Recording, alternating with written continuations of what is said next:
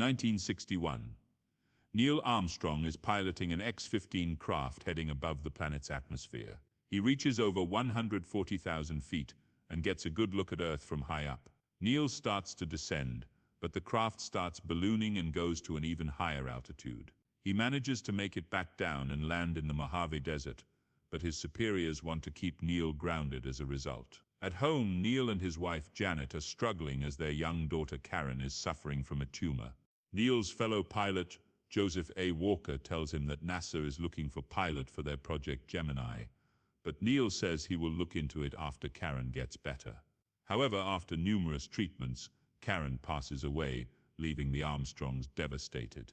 Neil returns to work almost immediately after the funeral, and he learns that he is being grounded for now, being made to write a pilot's report on his last flight. Roughly a year later, Neil applies to join NASA's team of pilots, where he meets and befriends Elliot C.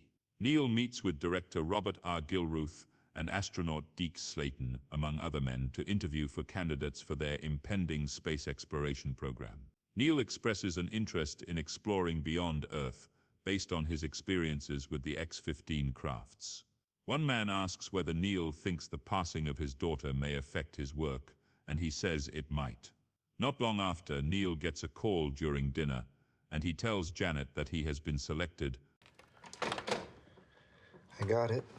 NASA is eager to reach the moon since the Soviets are quickly beating them with their own space program and Sputnik satellites, so they hope that their program can manage to beat them to the moon.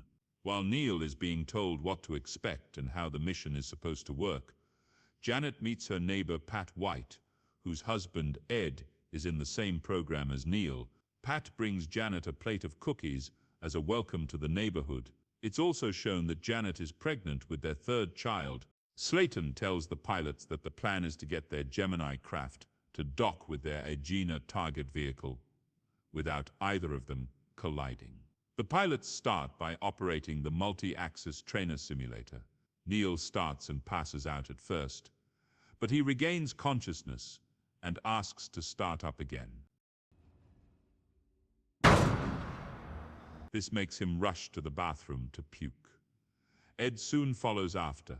Neil and Janet's son Mark is later born. As the baby sleeps in his crib, Neil and Janet share a dance together. The Armstrongs start to bond with the Whites, as well as Elliot and his wife. After a dinner, they watch the news to see that the Soviets have accomplished an extravehicular activity test, something that Ed was supposed to have done with Gemini 4. This leaves him upset. 1965, Neil is set to co-pilot Gemini 8 with David Scott, with Slayton telling Neil that once the Agena is back up and running, he may be the first to dock. Prior to the mission, the Armstrongs host a good luck party for Neil. 1966, Ed shows up at the Armstrong house in the pouring rain to tell Neil that Elliot has died in an accident where his trainer jet crashed into a space center in St. Louis. Neil is clearly broken up over the news. After Elliot's funeral, Edwin Buzz Aldrin makes comments regarding the circumstances of Elliot's death that puts off the other men in the room. On March 16, 1966, Neil and David board Gemini 8 for the launch, while Janet stands by at home waiting to hear on any updates from the Squawk Box. The two make it into the air and into space with an initially smooth start, but before they can dock with the Agena, they encounter a malfunction within the craft. Janet even goes to find Slayton to criticize him and the other men for putting the pilots in unsafe crafts. Neil and David manage to abort their mission and return to Earth safely, but the mission's failure does take a toll on Neil. Later on, Ed visits Neil to tell him that Slayton has asked Ed to be part of the Apollo 1 mission to the moon with Gus Grissom and Roger B. Chaffee. Neil is later asked by Slayton and Gilruth to represent them at the White House. On January 27, 1967, Ed, Gus, and Roger are gathered for a pre-launch test while Neil is at the White House. A faulty wire creates a spark inside the craft, which quickly starts a rapidly expanding fire that causes an explosion, killing all three men. Neil gets a call from Slayton to inform him of the news. 1968 Mill. Neil is flying a craft over a field, but he loses control of it and must eject himself before the craft crashes and explodes. He meets with Slayton and Gilruth over this, but Neil wants to keep going with tests so that they don't fail out in space. Meanwhile, Janet goes over to Pat's house to try to console her. Word about NASA's Apollo mission to the moon gets around the country, with the reaction appearing to be strongly mixed. Some are in favor of the voyage, while others are critical of the government putting money toward this venture when there are other pressing matters at hand. 1969 NASA launches Apollo 10, which makes a successful dock, and the hopes for the moon landing grows stronger.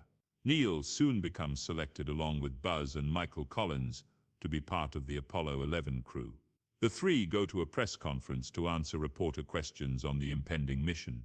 At home, Neil is preparing to pack his things to head out, but there is clear tension among his family.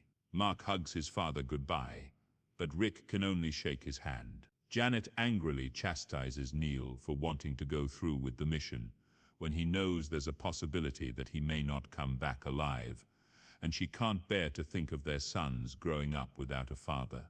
Neil later departs from his family to head out for the mission. On July 16th, Neil, Buzz, and Michael board Apollo 11 as they prepare for their mission. They launch into space and successfully dock with the Agena. 20 feet down a half. 4 days later, the men make it to the moon and make their now historic descent.